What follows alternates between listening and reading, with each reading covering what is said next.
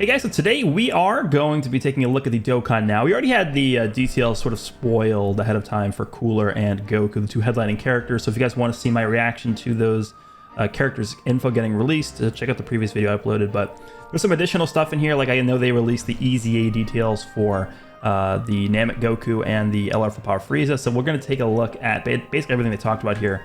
I'm just going to sort of speed through this. I don't want this video to last forever. Yeah, basically all the info we need to know about at least part one of the worldwide celebration this year is in here. And they did a bunch of different campaigns. There's a hashtag campaign. I was watching the JP live stream just because I could help translate that. So, 60 Dragon Stones, depending on if we fulfill certain conditions, which we did. So everyone's gonna get 60 stones, which is obviously very good, just for free. All right, let's get into this. Let's get into the part that matters here. The theme of the campaign is Goku and Cooler. Story events, yeah, we know this. They always start these productions with basically existing events and stuff that we already know, so just to warm people up, I guess. I don't think they particularly confirm that we'll be getting an EZA in part 2, but it's gonna happen, right? As they've done the past few years, these guys will be getting EZAs, and the Tech Cooler should also be getting an EZA, the free-to-play one that you can awaken through this new event. All right, then we have the Senzu Bean event. Obviously, you really want to make sure you're doing this every single week. You can do it once a week. You get 30 stones per week, and I believe it's for 6 weeks. So you were able to get up to 180 stones if you do this every week. So just, again, takes 2 seconds. It's free stuff. No reason not to do this. Then we have the Skill event. I'm sure you guys are familiar with this if you've played for any amount of time. We had just had this during the anniversary. It's literally the same exact event as the Goku and Vegeta Skill event. Now it's the movie bosses and movie heroes Skill event. So if you go down the path of fighting Piccolo, you're going to be getting, I believe Piccolo is the movie. Is it the movie? I don't remember. I think Piccolo's movie hero makes sense. Piccolo movie heroes. Obviously, it's also in green on the screen here. And then the path for Thouser Salza is the movie bosses one. Okay, just, again, a daily event. Make sure you do that every day. All right, so we are getting 2 EZAs. The first one is going to be obviously for the STR transforming NAMEK Goku, who I actually wanted to get last year because I felt it fit the theme more. But we're getting him this year, which is fine. And then we're also going to be getting the EZA for LR STR Full Power Frieza, which I kind of do feel is a little bit early. I think with how good AGL Full Power Frieza still is, I don't expect him to be better than AGL Full Power Frieza. So if he's not going to be better than a character that has the same name as him, at least with a character like that's like not Goku, who we already have like 50 million versions of, like how much realistic usefulness is this guy really going to have? I don't know, but let's go ahead and see what they say about these characters. So Goku, I mean, this is just what expected at this point in terms of like leader skill. So he's going to be getting Super Saiyans or Planet Namek Saga 3 key 170% across the board, which is nothing new. Passive. So this is obviously pre-transformation. He gets 2 key at the start of the turn, which is very good. Now, the other thing to keep in mind about this Goku is he has a very, very good link set. I believe he has Saiyan Lineage, Shocking Speed, and Prepared for Battle. I think he has all 3 of those links. So him getting Ki plus 2 at the start of the turn might not be that impactful for him just because he's already going to be good with Ki, but just nice to have that. 150% attack and defense, and then he's also getting an additional 30% attack and defense with each attack received up to 59%, which is not it's not like just 209%. It's 150, and then the 59% additional buff gets multiplied into the start of turn buff. So it's actually a little bit higher than that. But with the EZA stats this guy has, I feel like he'll be pretty damn good. Then he transforms with conditions are met. Super attack effect in base form is immense damage, and then raises allies' attack and defense by 30% for 1 turn. That is really good. I believe, did this guy always have that? I actually do want to check that. I'm actually going to open him on my phone right now because it's probably faster than searching it online. But I think this guy only had attack raising on super attack, if I'm not mistaken. Let me see. Yeah, he only had attack by 30% for 1 turn. So that defense by 1 turn is actually really good. Increasing allies' defense by 30%. It's a whole rotation. So if you have him in slot 2, it's going to increase his own defense by 30%, but then also the unit in slot 3 as well. So I think that does make a difference. So that's pretty good. All right, and then once he transforms, he is actually getting Ki plus 3 at the start of turn, which means that you pretty much at all times are going to need 1 key to super with him no matter what, which is very, very helpful. Then he's getting 180% attack and defense, plus an additional defense plus 59% when HP is 77% or less. In terms of like how often your HP is going to be below 77%, I would say it's fairly, especially in like difficult content, that is going to be a fairly common occurrence. The additional 7, I think that's a start of turn buff, the way that's calculated. So I think this is actually going to be a 239% defensive buff at start of turn if you have that active, which, I mean, that's still a massive number for an EZA character with the stats that this guy's going to have. Then he gets an additional attack plus 59% for the rest of the battle after receiving an attack. So literally just one attack. And then he has a medium chance of guarding all attacks. So it's only a 30% chance, and that hasn't changed since his initial release. That's the same, 30% chance to guard. Then he has guard activated against all attacks and high chance of performing a critical hit for 4 turns when guard is activated. So that, I believe, went up from 3 turns to 4 turns, which it's a slight difference. But once you have the guard active, once you get that 30% chance to activate, you do end up getting the guard for 4 turns. So that's pretty good. I feel like this character... Oh yeah, and by the way, I believe he stacks. Yeah, raises defense and does immense damage and lower stacking defense. So he's infinitely stacking defense once he's transformed into Super Saiyan. I don't believe they talk about his transformation conditions, but I believe... I'm actually going to pull up the one that exists. I don't think they're changing the transformation conditions at all for this guy. So basically, if you guys don't know what the guy's transformation conditions are, transforms when HP is 70% or less starting from the 3rd turn from start of battle. I don't think it's that bad. 77% or 70% or less from turn 3. That's a pretty easy threshold to achieve, especially again in the more difficult content. So I'm not really super worried about that, but keep in mind that because he's not starting out in this form, he's not going to be infinitely stacking his defense until he transforms, which could be later on in the fight, which could be a little bit shaky. But I feel like this character, once he's transformed, actually would make for a really, really powerful and strong partner with the new tech Super Saiyan Goku, the LR. This guy in slot 2, that tech Goku in slot 1, could be a really strong rotation. So that's what I'm really looking forward to just testing out. Then, if you guys don't remember, this transform version of Goku also has a Rage active skill. And I think they actually added this orb changing ability to this. He changes AGL key spheres to STR key spheres. And then he also, in addition to that, changes key spheres to a certain type to Rainbow. So he's double orb changing, one type to Rainbow and then AGL to STR. So it's going to be very, very easy for him to super attack, I think, once he is in the Rage mechanic. And then I guess his super attack effects, once he's raged, he does immense damage and then greatly raises attack temporarily and causes immense damage is fine. I think it's whatever. Okay, so now we're getting into full power Frieza. I actually do like the way that they designed Goku. I think a lot of people are going to look at Goku and be like, oh, he sucks or he's mid or whatever, but I don't think so. I think he'll be pretty good. Now, full power Frieza, I have a little bit lower expectations for, just because, again, we have a full power, like a very powerful LR full power Frieza that is just a year old, and he can still do pretty well in a lot of content.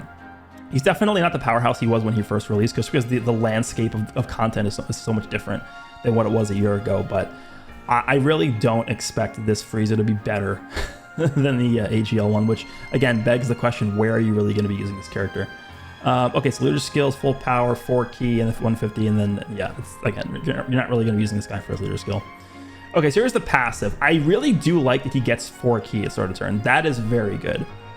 I think for a lot of these villain teams, you're not a lot of the time going to be necessarily guaranteed having this guy link up the best with the other characters on this team, just because villains have very specific link sets. Now, obviously, you want to try and have the Frieza characters with other Frieza characters or with cooler characters that share those core links. You know, Universe's most malevolent and strongest clan in space are like the 2 staple, Frieza clan links. But when you're using this guy next to, like, I don't know, AGL Turles or, Captain Ginyu or something or a character that's not really necessarily going to link up the best with this Frieza, having that 4 key there like that is actually really, really helpful. Then he gets attack and defense. I'm going to pull up Frieza on my phone just so that I can really comment on what exactly changed here. Then he's going to have 120% at the start of turn, which, let's see what he had. So he actually had 2 key and 80%. Now he's bumping up to 4 key and 120, which is a pretty significant difference. Then he gets an additional defense plus 40% when performing a super attack. That is new. That was not part of his passive at all. So what you got to do is you got to take the start of turn defense number, and you got to multiply that by 1.4 just to get that, you know, after super attack defense level. And then attacks effective against all types if it is an ultra super attack, which makes that 4 key at the start of the turn all that more important, getting the ultra super attack just to get the effective against all types. That does make a difference. It does. And now we're sort of getting to the part of his passive where it's a little bit strange, but I think it's not as bad these days as it was when this guy first came out. Because when this guy first came out, difficult content did not really exist in the game as much as it did now. So, you know, having these sort of restrictions in the passive where you need to be below a certain HP threshold, I think actually is more common to get as opposed to when it was when this guy first came out.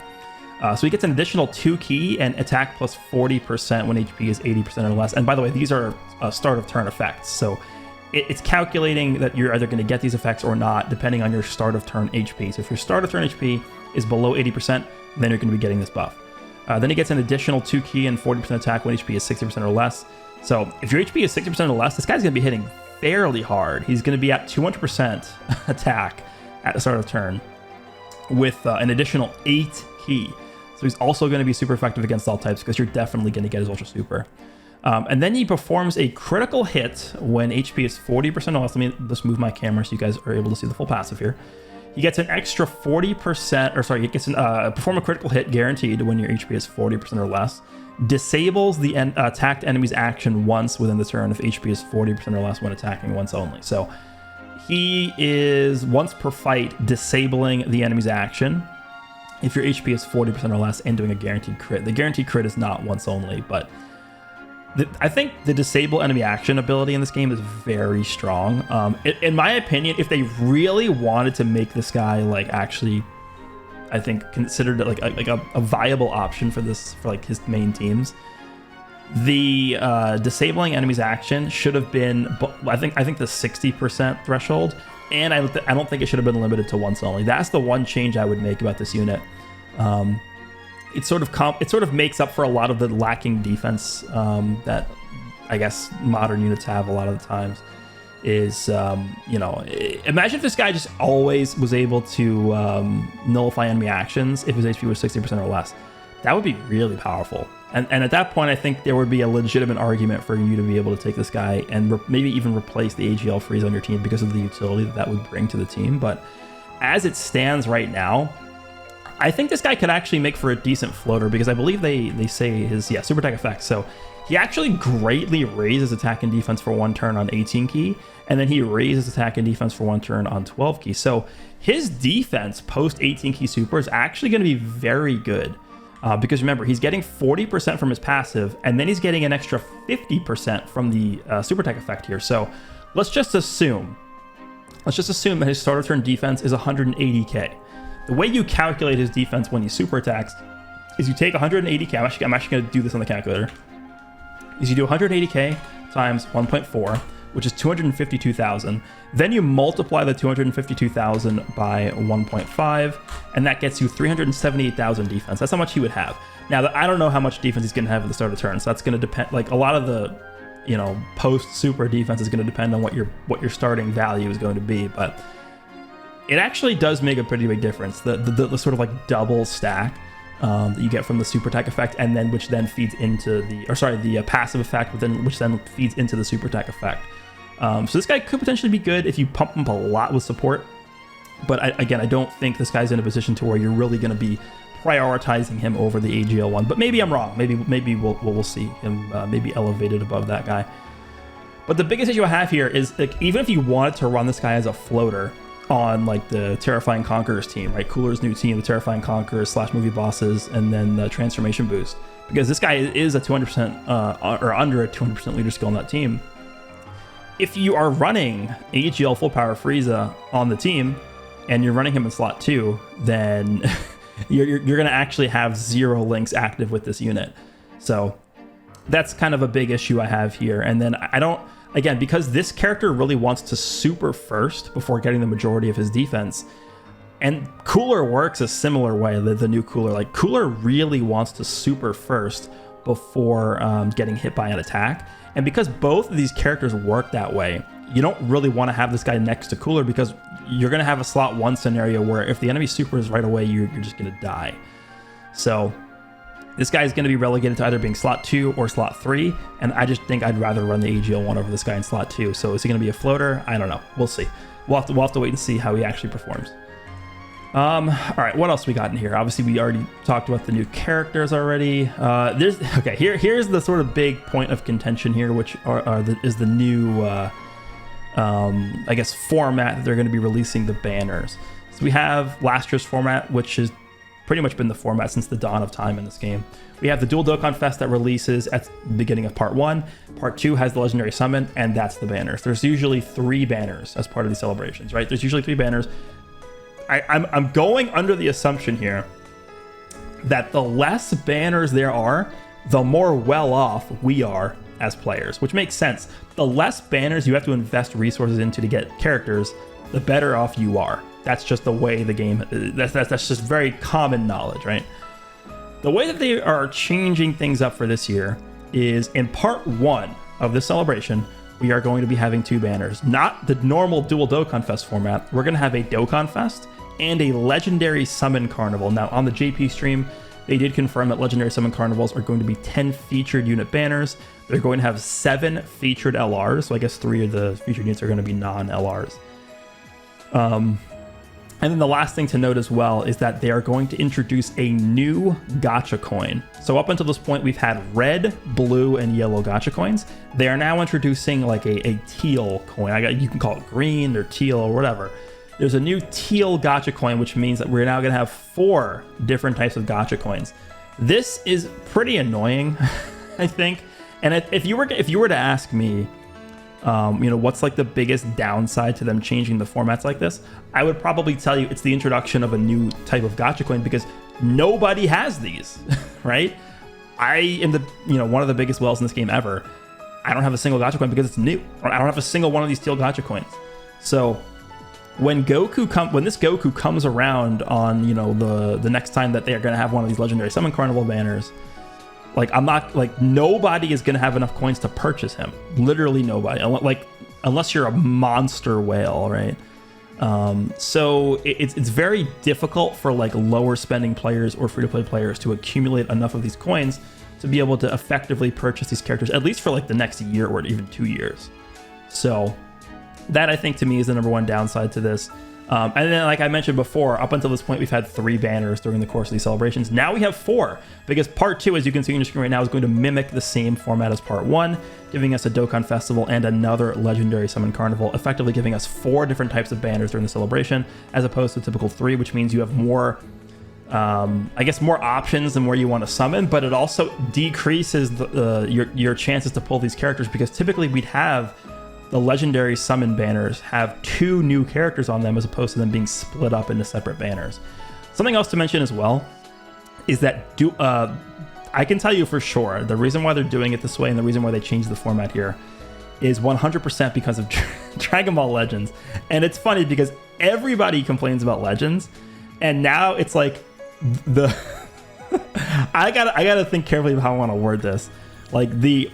The bad decisions made by Legends is now transcending the game, and it's coming into Dokkan.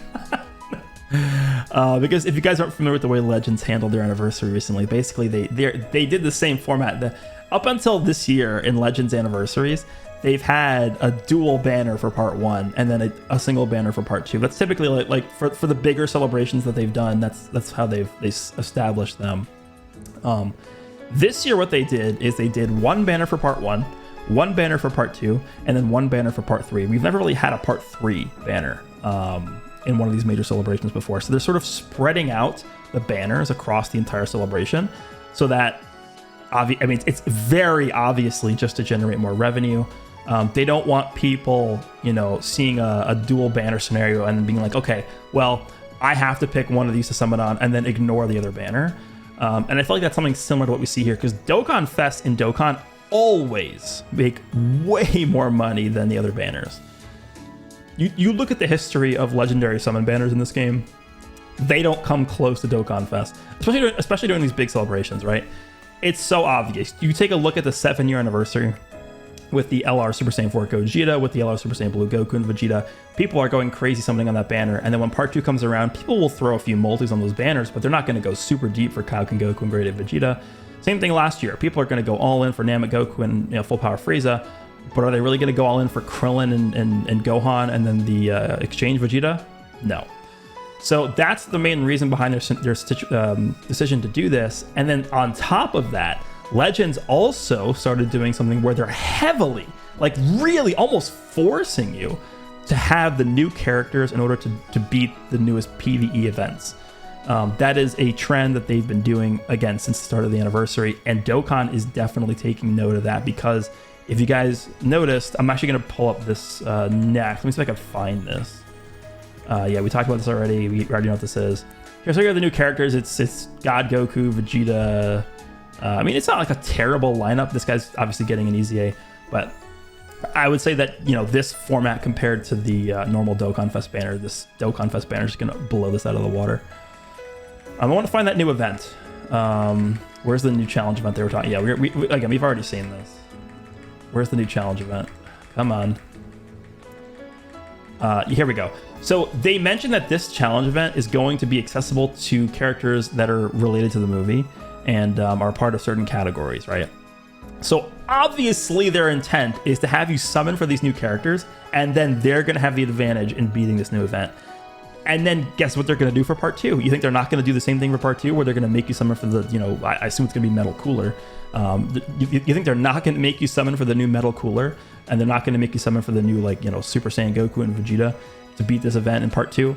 That's obviously what they're doing here. This is the Legends format. They are copying, literally, to the code. Like, they're literally taking it from Legends and inserting it into their game, 100%. And I did make tweets about this when Legends Anniversary ended, and the only reason why I think they're copying Legends to this degree, which is not something we've really seen that much, Legends made dump trucks of money. Like, it was insane how much money Legends made during this anniversary. This is by far their most successful period ever since release of the game. Even better than the launch of the game. This is the most they've ever made. They almost hit top grossing 3 separate times during the anniversary in Japan, which is crazy. So Dokkan definitely saw that success, and they decided it would be you know, a decent opportunity for them to start copying them. And I think this is their sort of first experiment at this new system here. But I don't really know. I think overall, when you look at all the differences that this update is bringing as compared to like last year's format, for example, it's pretty clear and apparent that this is not as good for the players as it was in, you know, the prior format. The 3-banner format as opposed to the 4-banner format with these legendary summon carnivals and like these very specific and, like, I almost want to say gated events. Definitely not as good to us for the players as it used to be, and I'm going to be very vocal and open about that. I definitely think this is not a very player-friendly model. Let's just call it that. And as a player and as somebody, if I was a free-to-play player and if I was a player who's not spending as much money in the game, I would probably be a bit upset about this. And I understand people who are going to be upset about this, so I completely sympathize with that. And I don't know, I wish they wouldn't do this. And I said the same thing about Legends. I don't think Legends handled this in a good way, but obviously this is motivated by the financial end of things, because it does make them more money at the end of the day, and that's really what they're caring about here. So I think that is it. Let me just quickly go through this. Yeah, there's a unique title that you can get from doing the gated event, so make sure to summon for the new characters, even though you don't know what part 2 is going to be, right? That's something else to mention, I guess, as well, right? Every single time when you compare the part 1 Dokkan Fest units to the part 2 LR banners, like, the Dokkan Fest units are always better. It's not even close. Now, you don't really know which characters are going to be better. Like, what if the part 2 characters are just straight up, like, clearing the Cooler and Goku in part 1? Like, we don't know. You don't really know where to prioritize your stones, and that's also something that they want to do as well. You know, Legends released UI Goku, insanely good. Legends then released Dragon Fist Goku in part 2, very, very good. And then they released Ultra Super Vegeta in part 3 once everybody spent their entire truckload of crystals on the first 2 parts of the anniversary, and Ultra Super Vegeta just clears the entire game, right? So guess what? if you summon for Dragon Fist, oh, too bad, you're just going to get dumpstered on by Vegito, right? We don't know if that's going to happen here. It's possible. So, you know, just sort of increasing, or so I guess sort of decreasing the transparency of how they're going to be releasing these units is a big part of why they wanted to do this as well. What is this? Raising, yeah, okay, we saw this as well. I mean, you guys can just watch the video yourself, but this is nothing too crazy. This is just an ongoing part of the event that they're going to try and continue as we move forward in the game. But that is pretty much it. There's a collaboration. Yep, you know this. Yep. So anyway, that's pretty much all the new info that we got in the Dokkan Now. We already did, again, a separate video discussing the new characters, the Goku and the Cooler. So if you want to see my thoughts on them, go take a look at the other video. But I want to hear your guys' thoughts and opinions on how they're handling the format of this celebration. Obviously, it's going to be way different. Do you guys like this better? Do you dislike it better? I'm going to assume that 98% of you guys are going to dislike this because that's probably this is probably a worse situation for the majority of the player base than the prior format was. So I understand that completely. But hope you guys enjoyed this video, and I will see you guys all in the next one.